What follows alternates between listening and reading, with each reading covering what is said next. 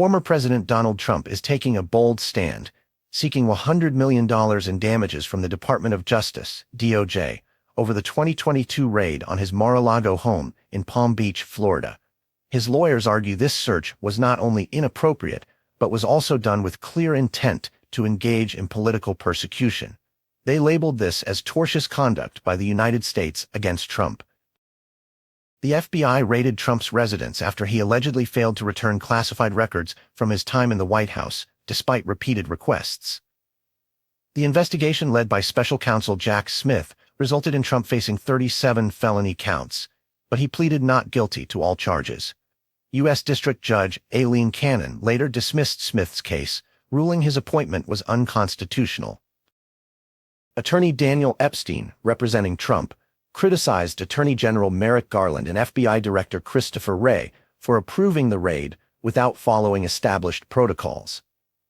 Epstein emphasized that such actions deviated from the standard procedures used for former U.S. presidents, which typically involve seeking consent and cooperation instead of enforcement. Trump's legal team contends that the government's actions constituted intrusion upon seclusion, malicious prosecution, and abusive process. They called out the FBI's failure to follow protocols, deeming the raid highly offensive and damaging to Trump's reputation.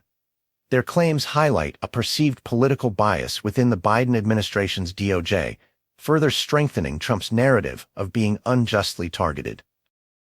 Despite the search being approved by a federal judge and evidence suggesting that Trump was hiding documents, his legal team argues that the search and subsequent indictment violated constitutional principles.